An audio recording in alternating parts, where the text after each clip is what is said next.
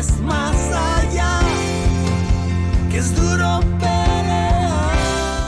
Buenos días, queridos amigos, buenos días, queridos oyentes. Desde Radio La Barandilla, vuestra radio social, el programa 27 letras, un libro y algo más, de nuevo con vosotros. Espero que la vuelta de vacaciones, hemos tenido unos días maravillosos aquí en Semana Santa, la temperatura ha sido maravillosa y lo más importante de todo es que hemos tenido después de 2 años de pandemia, que aún no hemos salido, pero bueno, esperemos que estamos ya casi remontando, en fin, esperemos que con la ayuda de todos que esto salgamos adelante, pero lo más importante es que hemos vuelto otra vez a las calles, hemos vuelto a nuestras procesiones, hemos vuelto a nuestras tradiciones y para mí eso ha sido increíble. ¿Quién mejor para contarnos todo esto, con todas las cosas que tenemos en el programa, que nuestra compañera, mi gran amiga, la doctora Cristina Jarque? Cristina, buenos días. Buenos días, Maite. Qué gusto estar aquí nuevamente. Para nosotros un auténtico placer. Diego, discúlpame, ¿nos vas a poner esto para que yo me entone? Sí, más que nada porque, dar las gracias a Diego. Diego es nuestro técnico y como siempre, sin Diego esto no saldría a la luz.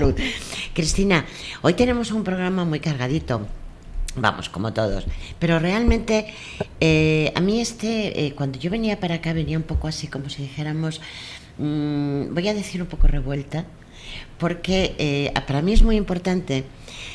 Hay una cosa que me da miedo pero es muy importante, que es el silencio. Es como cuando, para mí los silencios a veces son atronadores, pero dentro del silencio es el olvido, que es de lo peor que nos puede pasar. Cuando hablamos de maltrato, por desgracia todavía tenemos que hablar de esa violencia, incluso estos días maravillosos de las procesiones, de nuestra cultura, de nuestra fe, los que tengamos, pero vamos, respeto todo tipo de fes, o sea, yo hablo de la mía, de la cristiana, y sin embargo también sé que ha habido altercados, por desgracia. Quiero decir que la violencia, por desgracia, sigue existiendo, pero sin embargo no hablamos nunca de una violencia que, como no deja marcas, solamente las marcas podríamos decir que las deja en el alma, es el olvido. Y vamos a empezar, Cristina, si te parece, con este tipo de violencia que es el olvido de unas mujeres olvidadas, que las tenemos ahí. Sin embargo, han dado y dan muchísimo, gracias a ellas, en la historia, porque han dado mucho a la historia, a la literatura, al arte. Sin embargo, no se habla de ellas. Ahora ya sí, porque claro, vamos rescatándolas, no solamente nosotros, sino están ahí.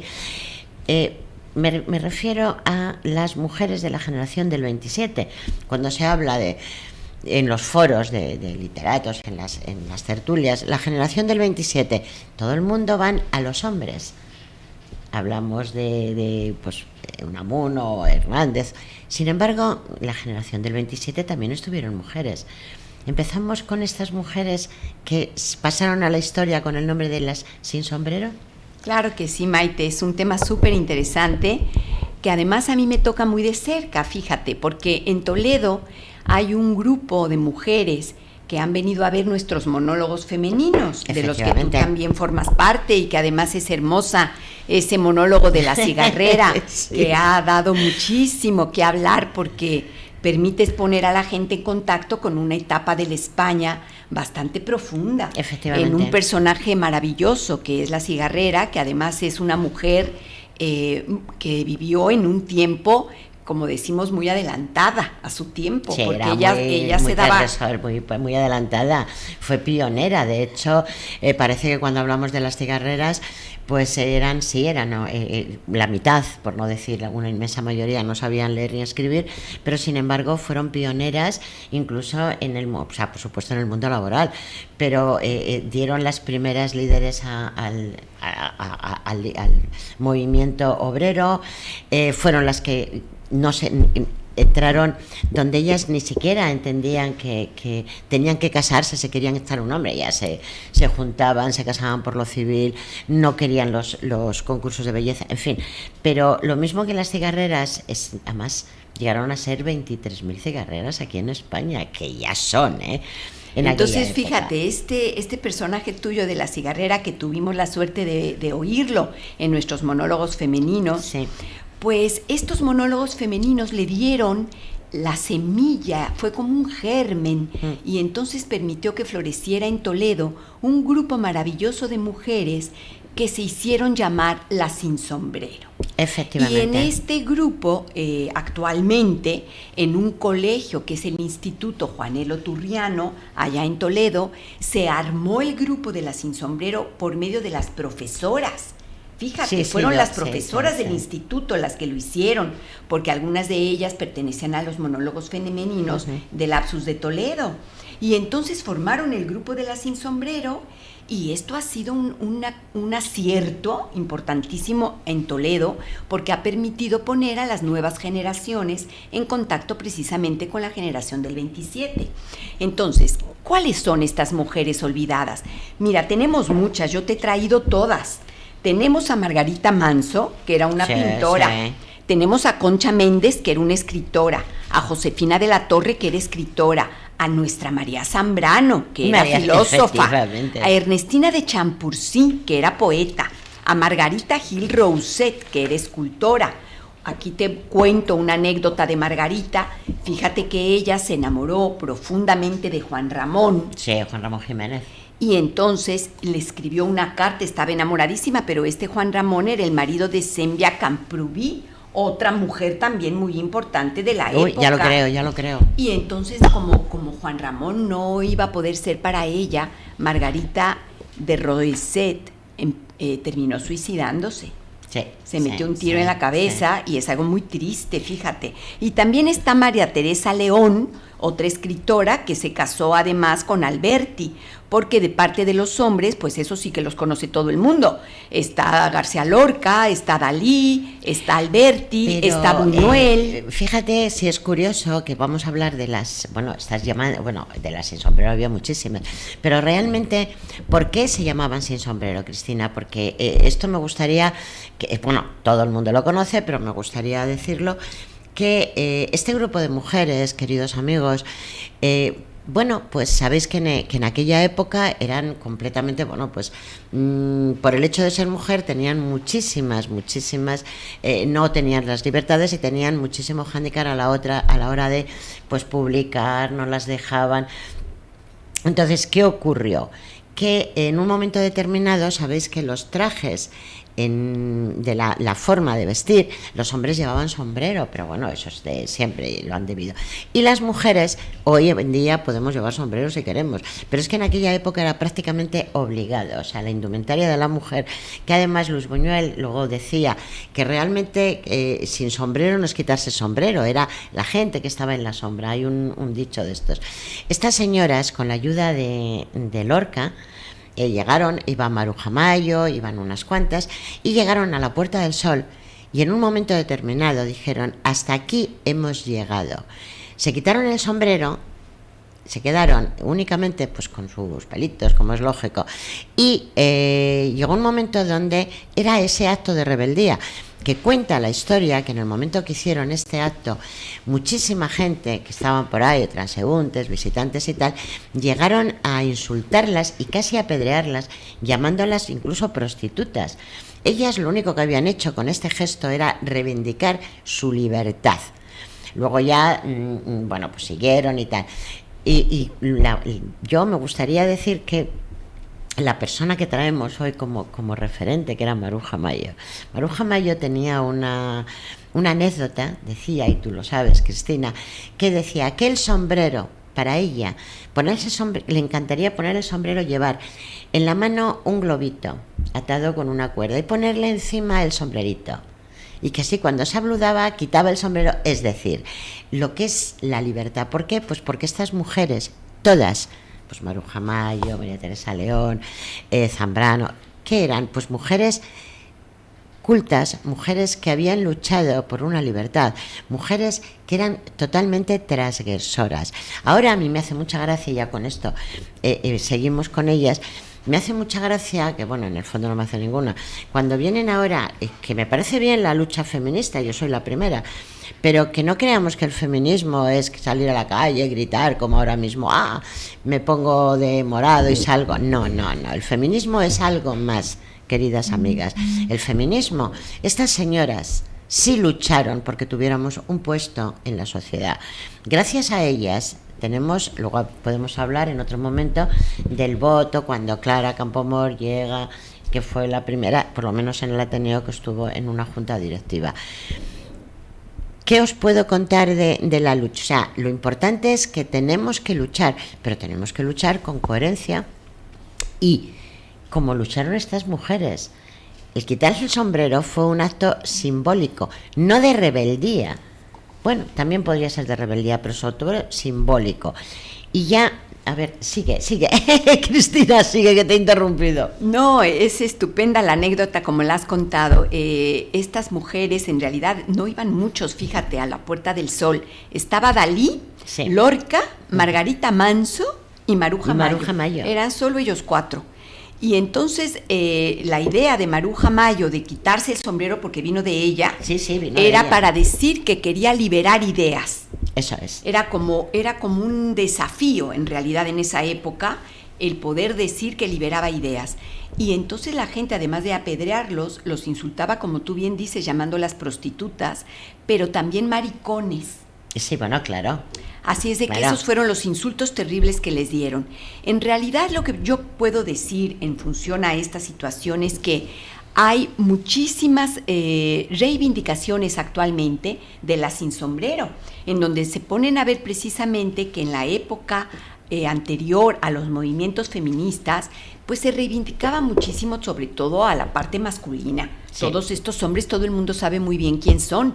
En cambio, todas las mujeres que pertenecían al movimiento no se conocían. Entonces se conocen 200 hombres y 4 mujeres. Y es tremenda el porcentaje que hay. Pero lo más duro, Cristina, es que no solamente se conocen ellos y ellas están en el cajoncito de los olvidados, sino que además muchas de ellas se conocen también por la relación que tuvieron con ellos, que eso es lo triste. O sea, a mí creo que nosotras, cualquiera de nosotras, cualquier mujer, lo que primero tenemos que estar orgullosas de ser mujer, eso por supuesto, pero es que nosotras nos reconoció nuestra madre, nuestro padre. No tenemos por qué ser hijas, bueno, somos hijas de, evidentemente, pero no voy a triunfar por ser hija de, mujer de, madre de. O sea, estas mujeres triunfaban, bueno, que les costó muchísimo. De hecho, Maruja Mayo, lo curioso es que no era literata y sin embargo la metieron en la generación del 27 cuando Maruja Mayo era pintora. Pero claro, cuenta la historia, que ella tuvo muchísima relación con todos estos literatos y se veía perfectamente en la obra, por ejemplo, pues de Hernández, se veía en la obra de la influencia que tuvo ella con ellos, con estos señores. Fíjate que ella nace en 1902 y muere en 1995, así que muere a la edad de 93 años. Hace 4 días. Era una mujer mayor cuando murió.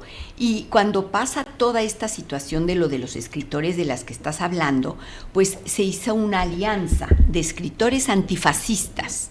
Y entonces, en esta alianza, ella entró.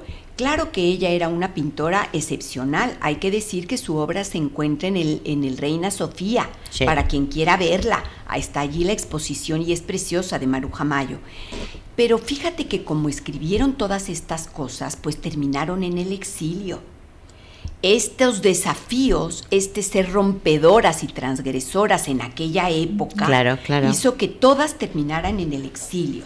Entonces Maruja Mayo se fue para Argentina, y cuando regresó, ella se asombró, dicen en muchas entrevistas que hizo, de que nadie se acordaba de ella. Es que cuando como tú vuelve, dices ahora, olvidada. No, ella se va a Argentina, ella se va a Portugal, estuvo en Buenos Aires, pero cuando vuelve a España, vuelve a su tierra después de la guerra. ella se da cuenta de que no solamente se la han olvidado, sino que es que su obra está completamente en el olvido. De hecho, ella empieza a frecuentar las movidas, por llamarlo de alguna forma, de los años 80 aquí en España, sobre todo en Madrid, que había una...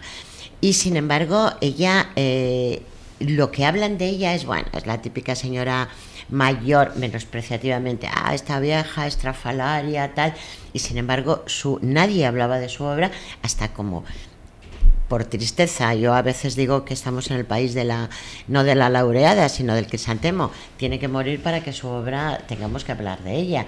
Pero hablamos un poquito de... Maruja Mayo era una mujer increíble, liberal, muy transgresora, con un arte surrealista completamente. Pero fíjate cómo estaba relacionada, se relaciona con Lorca, tuvo unos amoríos, por llamarlo de alguna forma, impresionantes, tuvo verdaderas pasiones, Cristina.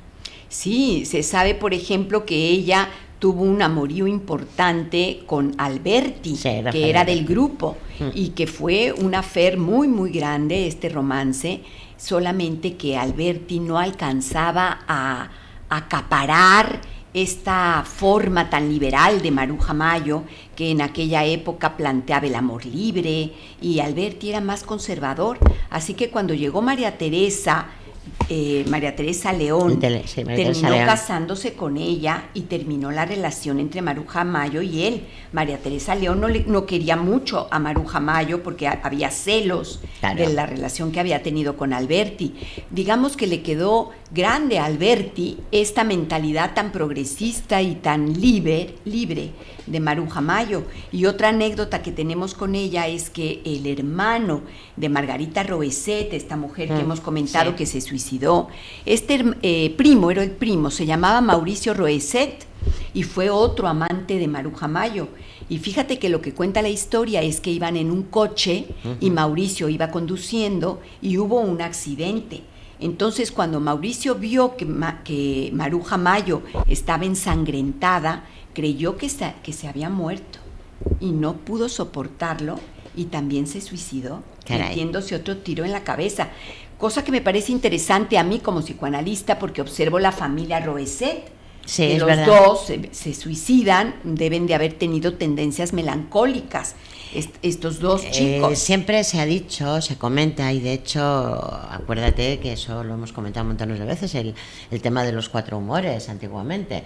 Entonces, hay sobre todo en escritores, es esa melancolía, esa tristeza, el estar solos, bueno, montones de factores de sumación que les llevan a veces a quitarse la vida, cosa que, bueno, luego hablaremos precisamente de dónde estamos, Cristina, y tú lo sabes, estamos en las instalaciones del Hospital del Día Lazma, que nosotros hemos creado el teléfono contra el suicidio.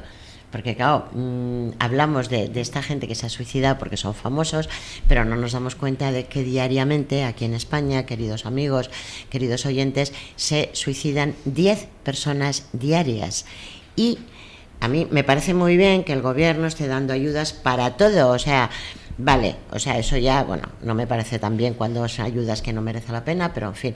Ahora, que no tengamos una gran ayuda para el suicidio y sobre todo para evitarlo, y para ayudar a esas familias que se quedan, Cristina, tú lo sabes como profesional, igual que yo, con ese sentimiento de culpa, es terrorífico. Porque claro, hablas de este suicidio, pero con las connotaciones de esa melancolía, incluso, pues bueno, todos hablamos del suicidio de Romeo y Julieta, pero como parece ser que esto es, bueno, a veces leyenda, a veces realidad, pero está en esa connotación del amor, parece que no tiene la importancia que está teniendo. Se quitó una vida. Quizás si alguien se hubiera dado cuenta, pues se hubiera ayudado. Pero bueno, vamos a seguir con Maruja Mayo.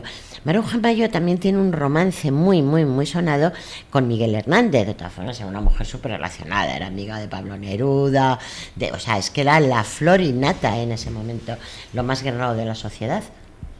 Sí, y fíjate que una cosa que me parece muy interesante de ella es que precisamente por esa forma tan liberal que tenía, pues la gente aquí en España, del lado conservador, se persinaba cuando estaba frente a ella. Fíjate, delante de una sociedad bastante mojigata, esta mujer le representaba una gran confrontación. Había asombro cuando la veían, había también indignación.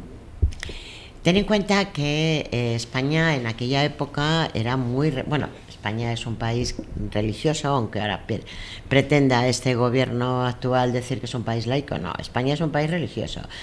Que bueno, aceptamos cualquier cultura, pero no es que la aceptemos, la respetamos. Pero en aquella época, tú imagínate, un país muy conservador, con una religión muy férrea, pues imagínate una persona que llega, porque hay una anécdota. Yo no voy a decir la palabra porque, bueno, no debo decirla, pero ella, una vez le preguntan por su relación, un periodista, relación que cómo amaba ella a Rafael Alberti, porque ya le daba igual que estuvieran casados, solteros, y ya vivía ese amor. Y ella se quedó mirándole y dijo: yo no hablo con las personas que me acuesto o practico el sexo. O sea, en aquella época decir eso era, bueno, era una mujer valiente, transgresora, descarada, pues como eran mis amigas las cigarreras, querida. Pero hay algo que a mí me gustaría dejar patente, porque ya sabes que en la radio el problema es que se nos va el tiempo rápido. Y es, para mí lo más importante en este apartado es traer a estas mujeres emblemáticas, estas mujeres olvidadas, porque tenemos que seguir hablando de ellas. Mientras hablemos de ellas, mientras hablemos de su obra, mientras hablemos de lo que han hecho, estas mujeres nunca estarán muertas, están muertas, pero sin embargo las traemos. ¿Qué es realmente la vida? Poder compartirlo. No podemos permitir que mujeres de estas categorías las tengamos en el olvido. Y decirles a todos los que nos escuchan que Maruja Mayo fue catalogada por Dalí como tú eres medio ángel y medio marisco. Así le dijo Dalí a Maruja Mayo. Y también decirles que después de escucharnos, vayan los que puedan al Museo Reina Sofía para que puedan disfrutar de la obra de Maruja Mayo, porque en muchas ocasiones observar la obra de una persona nos pone más en contacto con el alma de esa persona, y van ustedes a visualizar allí el colorido, estos dibujos de Maruja Mayo que son tan interesantes en aquella época, y tomar en cuenta que estos fueron pintados en una época donde España estaba bastante en una mentalidad bastante conservadora y poniendo a las mujeres en un sitio en donde no tenían el derecho de hacer eso. Entonces ahí es donde está la transgresión también como artista. Ten en cuenta, Cristina, que los artistas, los pintores, plasmamos, porque es así, lo que no puedes decir con palabras, lo que tienes dentro de ti, en tu alma, y no puedes decirlo, o no te atreves, lo haces a través de tu pincel. ¿Y quién mejor lo va a decir que nuestra querida colega Maite Pedraza, que es también pintora y que tiene unas pinturas preciosas? Bueno. De Maruja Mayo lo que se sabe es que pues viene de la parte del surrealismo. Así es como se han catalogado sus pinturas. Efectivamente. Probablemente, quizá también influenciada por Dalí. Es que ellos, de hecho, la anécdota que tú has contado, eso se lo dijo Dalí. Lo mismo que Lorca, mirándola un día. Lorca, pues bueno, se la quedó mirando y estaban hablando un poco, eran muy amigos, con lo cual tenían muchísima confianza. Y en un momento determinado le dijo Lorca: no te creas que porque yo sea de una forma y tú de otra, en el fondo los dos somos muy iguales porque somos muy raros. Y eso quedó ahí. Cristina, se nos va el tiempo. Vamos a cambiar, dejamos a Maruja Mayo. Sí. Volvemos el siguiente programa con otra mujer emblemática. Y decirles, queridos amigos, que estamos en la radio, como os he dicho antes, en las instalaciones de el Hospital de Día Ladma. El Hospital de Día Ladma es un hospital de día donde montones de pacientes vienen y bueno, pues hacen sus terapias. Está dirigido por personas encantadoras, maravillosas, pero sobre todo grandes profesionales y sobre todo buenas personas, porque no se puede ser buena profesional si no son buenas personas.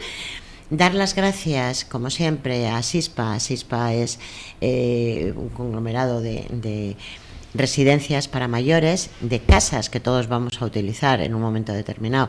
Pero lo más importante es que Asispa cómo cuida, cómo trata a sus usuarios. Todos, viendo lo que veo en la vida, vamos a terminar buscando un poco de ayuda, y creerme que Asispa es lo mejor que nos puede pasar en esta sociedad, de saber que nos van a cuidar, que tenemos ahí pues una casa, una residencia. Para mí, mi más sincera enhorabuena. Gracias como siempre a Corazón y Manos, gracias a CLESCE, siempre que les hemos necesitado les llamamos y ahí están. Y bueno, decirles que nuestra última gala para ayuda a la salud mental, que fue en el Infanta Isabel, fue una tarde memorable donde nos apoyaron políticos, periodistas y todos estos que estoy mencionando, CLESCE, Asispa, Manos, Corazón y Manos. Increíble cómo estuvimos arropados. Recordaros que si alguno de vosotros, Dios quiera que no, os encontráis en un momento determinado solos o tenéis una mala idea, no hagáis nada, por favor. Marcar el teléfono 91 1, no lo veo, Diego, 91 91 1 385 385, repito, 91 1 385 385. Ese teléfono, creado por La Barandilla, en un momento determinado, decía Junivel, la directora, que no sé cuantísimas llamadas diarias está recibiendo. Está llevado, por llamarlo de alguna forma, lo llevan profesionales, psicólogos, psiquiatras y sobre todo gente que quiere ayudar. Son todos voluntarios. Para mí es muy importante el que aquí en La Barandilla hayamos tenido esta idea y hayamos podido llevarlo a cabo. Solo pido que que nunca hagáis nada sin llamar, porque siempre vais a tener una persona al otro lado. Y espero que no tardando mucho el gobierno, la comunidad, eche una mano para que este proyecto, que lo hemos hecho con toda la ilusión del mundo, que llevamos ya montones de años, pueda seguir manteniéndose. Dicho esto, Cristina, pasamos al otro apartado que a mí te he dicho al principio del programa que venía un poco como revuelta, porque hablamos mucho de la soledad, hablamos mucho de la violencia, hablamos mucho de todo, pero hay algo que no nos damos cuenta, y estamos todos, porque todos en un momento determinado somos dueños absolutos de nuestros silencios. Pero el silencio que nosotros hayamos elegido, como es el silencio de los monasterios, lo que tenemos que hablar de esos susurros por los pasillos o las galerías de un monasterio, pero los religiosos lo eligen. Queremos paz, queremos silencio y queremos oración, me parece genial. El silencio en las procesiones, como ha pasado Semana Santa. Hay una imagen que quiero transmitir a todos vosotros, queridos amigos, y Cristina, tú te vas a acordar. Es la imagen de la enfermera vestida con su toca y un dedito en la boca diciendo shh. Esa imagen la tenemos todos. Es una imagen muy simbólica, porque en religión el que dice shh, que nos tenemos que callar, siempre es un hombre, porque es el cura. Pero sin embargo en la vida, qué curioso, qué simbolismo es que la mujer, y más una enfermera, nos pone, y esa imagen la tenemos todos, pero detrás de ese movimiento, de ese gesto de shh, ¿qué es lo que hay? ¿Qué es lo que aterra? Porque el silencio puede ser terapéutico, pero también el silencio puede ser desgarrador. Si hablamos del silencio administrativo, por ejemplo, hablamos del silencio judicial. Sobre todo, hablamos del silencio a las 2 de la mañana en un hospital. O nos podemos ir, por ejemplo, incluso a los animales, en los toros, por ejemplo, en un momento determinado, el silencio previo a 2 segundos antes del ataque. El silencio, señores, es terrible el sonido del silencio. Lo curativo, lo terapéutico o ¿Cómo revuelve el silencio? Cristina, bajo tu prisma, háblanos un poco cómo definiríamos, ya poéticamente dicho, los sonidos del silencio. Digamos que el silencio lo podemos visualizar desde varios puntos. Tendríamos la posibilidad de decir que en muchas ocasiones el silencio es asertivo. Hay algunos momentos en donde lo que impera como acto es el silencio. Yo lo miro mucho a partir de cuando el silencio no es algo benéfico, por ejemplo en la violencia. Nosotros cuando alzamos la voz a tratar de hablar de la violencia... Perdóname, eso es lo que quiero matizar mucho. Nosotros que tenemos los monólogos y alzamos la voz contra la violencia, alzamos la voz para prevenir la violencia, para informar de la violencia, pero alzamos la voz. Fíjate si no la alzamos, ahí está el silencio. Entonces, pero eso no implica que esté la otra parte del silencio cuando yo te decía que puede ser asertivo. Por ejemplo, cuando está la enfermera pidiendo silencio, lo que está pidiendo es algo asertivo, es que hay que callar porque estamos en un hospital con gente que está agonizando o que está teniendo algún tipo de dolor y necesita silencio para tener paz.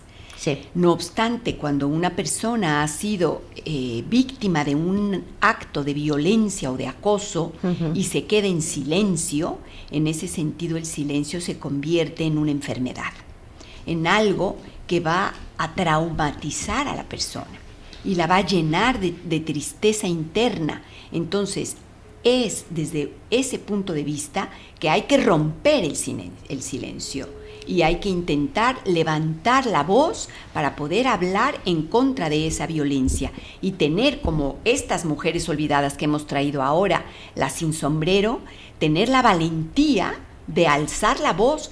Ellas lo hicieron con sus pinturas, lo hicieron con la escritura. Los escritores escribimos y al escribir estamos alzando una voz que va a ser leída después. Y eso que se lee en muchas ocasiones crea tanta indignación que lleva a algunas personas a asesinar. Hemos visto que en muchas ocasiones un artículo de periódico lleva a asesinar al periodista. Entonces, mira, alzar la voz... Acabo de llamar ahora mismo a un magistrado que...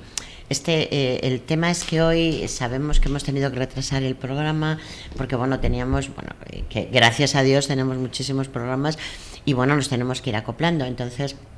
él me dijo, si entre juicio, entre un juicio y otro puedo, entro, pero se ve que, pues me he retrasado en llamarle y tal, y no he podido. Pero este magistrado me decía que cuando yo le hablé del silencio, el silencio de judicial, el silencio cuando una persona, hay una cosa que tenemos muy clara todos, yo creo en la justicia. La justicia es lenta, pero la justicia es inexorable. Y yo creo en la justicia, eso lo tengo clarísimo. Pero imaginaros cuando una persona inocente va a la justicia a pedir auxilio, a pedir justicia, ese tiempo, por llamarlo de alguna forma, hasta que entra a trámite, hasta que le llaman, hasta que sale el juicio, todo eso es terrorífico porque es el silencio judicial. Yo le preguntaba al magistrado, sobre todo cuando llega al juicio, ¿qué ocurre? Y él me decía que era terrorífico la angustia ante este silencio administrativo o este silencio judicial pasaba a la persona que estaba solicitando.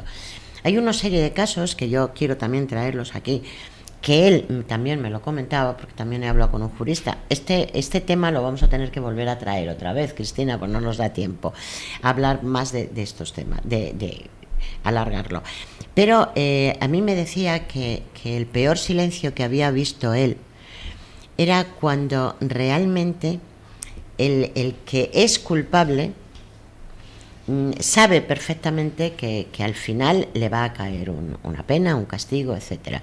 Pero cuando es inocente, esa angustia, ese silencio, minutos o horas que pasan hasta que hay un veredicto, que eso era angustioso. Y sobre todo, decía, cuando había menores por medio, cuando son juicios porque un padre, una madre, una abuela tienen que ir al juzgado para poder ver a esos menores. Y decía que la angustia que él veía en ese parón judicial hasta que les daban bueno, pues el veredicto de que podían, que era terrorífico. Y entonces yo te pregunto a ti, Cristina, en temas de estos, cuando hay ese silencio, ¿qué ocurre? ¿Qué ocurre dentro de la...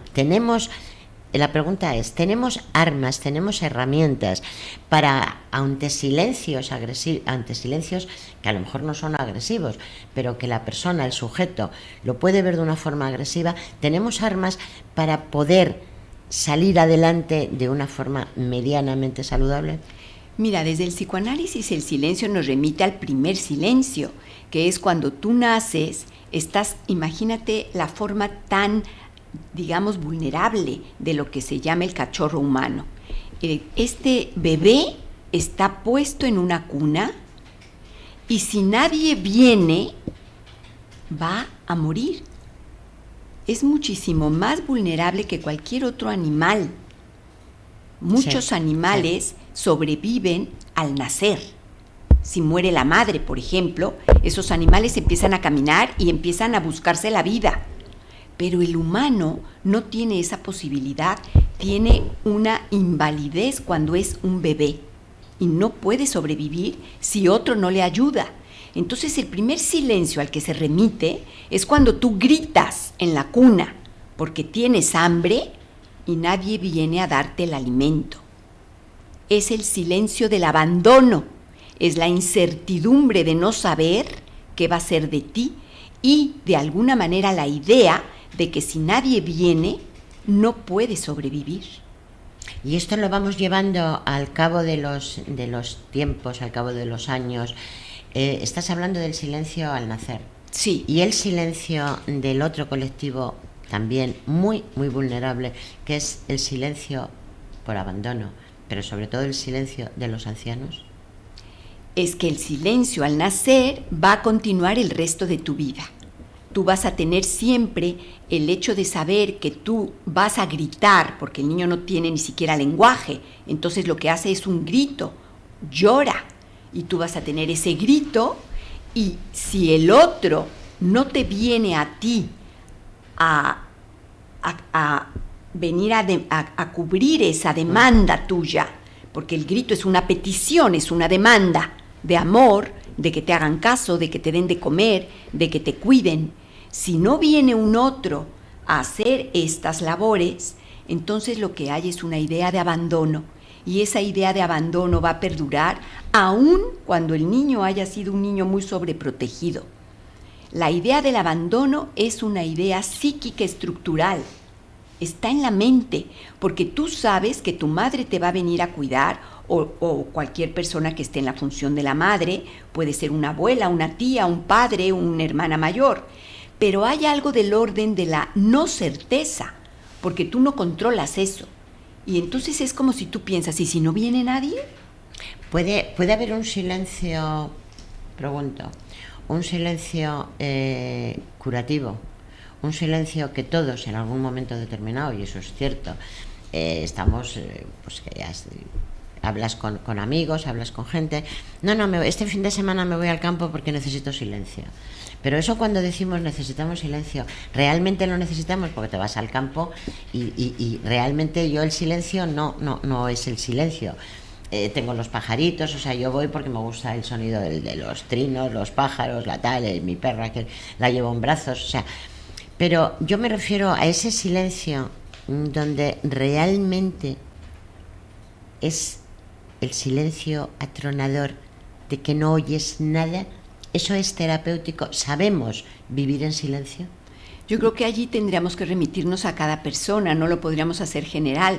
Yo conozco, por ejemplo, un grupo de monjas que viven en el voto del silencio y no les es aterrador, les es aterrador el ruido. Entonces tendríamos que ver, depende quién y qué persona. Hay un silencio místico que muchas personas buscan, y precisamente muchas de esas personas son las que están bastante cansadas del ruido de lo que es el mundo o de lo que es la sociedad, porque vivimos con mucho ruido constantemente. De hecho, siempre decimos, bueno, vámonos al mundano al ruido. Exactamente. Entonces hay personas que probablemente sí quieran buscar momentos de silencio absoluto, pero yo diría que son momentos Ahora podríamos también remitirnos a los sordos. Ellos no escuchan nada. Allí habría un sonido del silencio. Absoluto, además. Sí, y no obstante, no necesariamente los que son sordos son personas que viven angustiadas o que son personas que tienen algún tipo de problemas mentales. Digamos, muchos de ellos son personas muy válidas que se buscan otras herramientas para vivir la vida. Entonces, digamos que el silencio es un tema muy interesante que nos pone en contacto con una angustia primordial. Eso es así porque tiene que ver con el abandono. Pero cuando el silencio no tiene que ver con el abandono ni con la supervivencia, sí que puede ser bastante terapéutico. Y en muchas ocasiones, precisamente en el silencio, se logran crear grandes obras. Porque la mayor parte de las personas intelectuales que escriben necesitan un silencio para poder concentrarse y escribir. Ese es, por ejemplo, mi caso. Yo no puedo escribir si hay ruido. Hay otras personas que se ponen música para escribir, por eso es que no es algo generalizado, pero ya depende de cada individuo. Ahora hay otro tipo de silencio que es hermoso, por ejemplo, el sonido del mar. No hay bulla, no hay voces, pero es un sonido que te pone en contacto con algo que generalmente da paz. Y también desasosiego, porque también te da inquietud. Es posible que a algunas personas les dé inquietud. Es que yo te tengo da una inquietud. paciente que me dice, solo puedo vivir en el mar porque cuando yo oigo las olas, es para mí la manera como me arrullo. Esa persona Sí, en bueno, especial claro, se el arrullo, arrulla sí. con esas olas. Puede otra que le dé miedo ese barullo del mar. Entonces es, digamos, muy personal ese tipo de ruidos. El clic de una cámara fotográfica. Hay personas que las ¿Te puede alterar? Sí. Te altera. O el tic-tac de un reloj. Hay personas que no pueden dormir con ese ruido y hay otras que necesitan ese ruido para dormir. Entonces tenemos que ver un poco, depende cada sujeto. Ya, yo lo que pienso es que efectivamente cada persona, como bien hemos dicho, cada persona es un mundo, y a mí, por ejemplo, el sonido del mar, maravilloso, te relaja, es un mundo diferente, te arrulla, y sin embargo, a mí que me encanta, y bueno, pues yo además cada cierto tiempo necesito ir al mar, sí, pero cuando estoy bien, fantástico, pero si tengo unos días malos, la soledad, y ese a mí me provoca mucha más melancolía, es decir, no me cura a lo que yo voy, sino me da más melancolía. También es cierto que cuando estamos mal psíquicamente no buscamos, yo digo en términos generales, no se busca el silencio, se busca un poco, pues eso, el mundanal ruido, porque así te estás distrayendo, por llamarlo de alguna forma. Pero a mí me sigue preocupando mucho, y es algo que creo que es muy interesante, que cuando hablamos del silencio no le damos ninguna importancia, y todos tenemos ese silencio dentro de nosotros mismos, porque tú lo acabas de decir, nacemos solos, gritamos porque necesitamos que vengan, es que no podemos estar en ese silencio porque es el abandono, pero según va pasando nuestra vida te das cuenta que lo peor es la soledad del alma, el silencio del alma, y tenemos que aprender a vivir con esto, pero no con los silencios impuestos, como es un silencio administrativo, como es un silencio judicial, como es un silencio sanitario. Hay una obra de teatro que a mí, yo creo que tú también la has visto, que a mí me impresionó mucho, porque yo siempre con esto del silencio le he dado muchas vueltas y tal, y era en la obra de García Márquez, que era El coronel no tiene quien le escriba, perdón. Y es verdad, él, la única ilusión que tenía en su vida era todos los días levantarse, ir a ver si había recibido la famosa carta, donde su vida dependía de eso. No tenía dinero, esperaba, bueno, ya sabemos el tema de la obra. Bueno, pues el coronel no tiene quien le escriba. A veces el silencio no elegido no es bueno, porque ese silencio del que hablas es el del abandono, ¿ves? Es ese silencio que nos remite a esa primera infancia, el silencio del coronel. Hay otros silencios muy interesantes como el de Ulises. Ya sabes, esta anécdota en donde Ulises va en un barco y pasa por donde hay unas sirenas. Las Cantan, sirenas sí, cantan, y esas sirenas al cantar embelezan a todos los marinos y se los comen y se claro, hunde el o barco. sea... Entonces Ulises lo sabe. Entonces le pone a todos los tripulantes Sí. cera en las orejas Y él se ata, para que claro. no escuchen, y él Claro. se ata, y entonces las sirenas cantan y están moviendo sus labios, pero no las escuchan. Entonces es un abrir y cerrar bocas, que yo es lo que me imagino que verán los sordomudos. Sí. Ellos abren Sí. y cierran la boca de la gente y captan un lenguaje que no tiene sonido, pero que tiene una significación. Es que eso es importantísimo. Queridos amigos, el tiempo ya sabéis que se nos va y esto es así, o sea, llega su momento, Diego ya me está llamando, vamos, no me está llamando, me está mirando como diciendo, bueno, que esto va terminando. Cristina, una última reflexión. Y bueno, antes de tu reflexión, pediros disculpas, queridos amigos, porque hoy tenían que entrar un magistrado por Zoom y un jurista para hablarnos de estos temas. Y bueno, pues no ha podido ser, pero bueno, vamos a seguir con este programa, vamos a seguir, porque realmente es muy importante, lo mismo que cuando estamos alegres, necesitamos que nos toquen, que nos digan que estamos guapísimos, que nos abracen, necesitamos ruido, de hecho, las canciones, todo eso, necesitamos eso. También necesitamos a veces la calma, a veces el silencio, pero también el silencio hay que gestionarlo, porque si se gestiona, como tú bien has dicho, como abandono, pues no es bueno, eso no es bueno. Una última reflexión, Cristina, del silencio. ¿Qué dirías a la gente que, por ejemplo, se me ocurre ahora mismo que lo mismo que hay un ruido tremendo cuando se trabaja en una fábrica, en un hospital, sobre todo por la mañana? Yo vengo de hospital y yo recuerdo que por la mañana era increíble el jaleo, los niños llorando, las madres, y cuando entro a la consulta, bueno, todo era un follón. Por la tarde era mucho más calmado, pero yo he hecho guardias y el silencio de las 3 de la mañana, cuando tenías que ir a otro servicio o bajabas a la planta baja a buscar a la máquina de cafés, ese silencio era realmente sobrecogedor.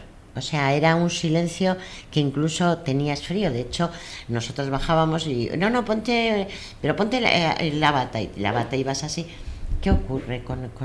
Yo diría que el silencio lo podemos dividir en dos: el silencio que controlas y el que no controlas. El silencio que no controlas es el silencio que te viene del exterior. Por ejemplo, que estás hablando tú, que hay ruido en la calle, que te tocan el claxon, alguna persona furibunda, que hay gritos, que hay un ruido ensordecedor que te puede provocar enfados, y que eso puede hacer que tú te alteres. Entonces de pronto te confrontas con un silencio en el exterior, como sobrecogedor a las 3 de la mañana, o cuando bajas a prepararte un café, o cuando escuchas el mar, o cuando hay un silencio absoluto y de pronto sientes que no hay vida y te angustias. Todos estos silencios son silencios del exterior.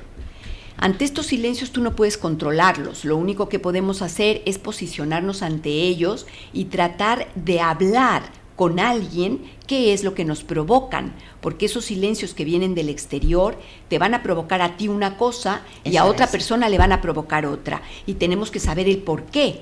Por ejemplo, si una persona le da miedo el mar y de pronto nunca se ha puesto a pensar que algún probablemente familiar suyo ha muerto ahogado, es hasta el momento en el que pueda darse cuenta que su familiar ha muerto ahogado que se dará cuenta por qué le da miedo el mar.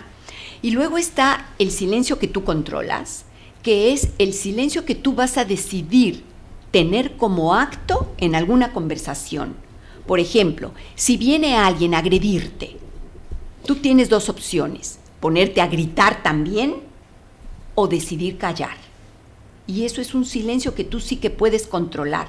Es algo que tú decides si haces o no haces.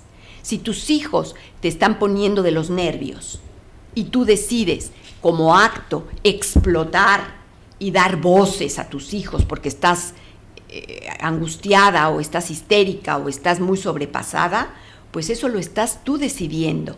Pero también puedes decidir guardar silencio, porque sería un silencio más pertinente para poder hablar en otro momento. Es que el silencio también puede ser, y ya se nos va el tiempo, el silencio puede ser muy frustrante. Puede ser muy frustrante cuando te encuentras, como tú bien has dicho, en las dos posiciones. Una, imagínate cuando realmente, hablo por ejemplo de un juicio, donde tú tienes montones de cosas que decir y te dicen, pero bueno, ¿estaba usted en aquel momento sí o no? Y tú dices, sí, pero no, sí o no, no, pero déjeme que me explique. Entonces, cuando te piden ese silencio que tienes que acatar, eso es frustrante y te duele el alma. Pero es un silencio que no controlas. Que no lo controlas. Y sin embargo, el que tú controlas es el que efectivamente te están preguntando y no hay más frustración para la otra persona que tú mires y te calles. Porque yo recuerdo, no te voy a contar miles de anécdotas porque no nos da tiempo, pero montones de veces, quizá haces más daño con el silencio que cuando hablas. Porque explícate, no tengo nada que explicarme. ¿Cómo? Eso es terrorífico. Dicho esto, Cristina, mil gracias como siempre, para nosotros un auténtico honor, para la barandilla, para el programa. Ya eres de la casa, entonces muchísimas gracias por tenerte aquí. Gracias, Diego, por todo tu buen hacer. Y queridos amigos, queridos oyentes, muchísimas gracias por estar ahí. Ya sabéis que tenemos un WhatsApp donde podéis decir, bueno, pues si queréis algún tema en especial, deciros que el próximo día esto tendremos que seguir hablándolo. Y muchísimas gracias, un besote muy fuerte de Maite Pedraza.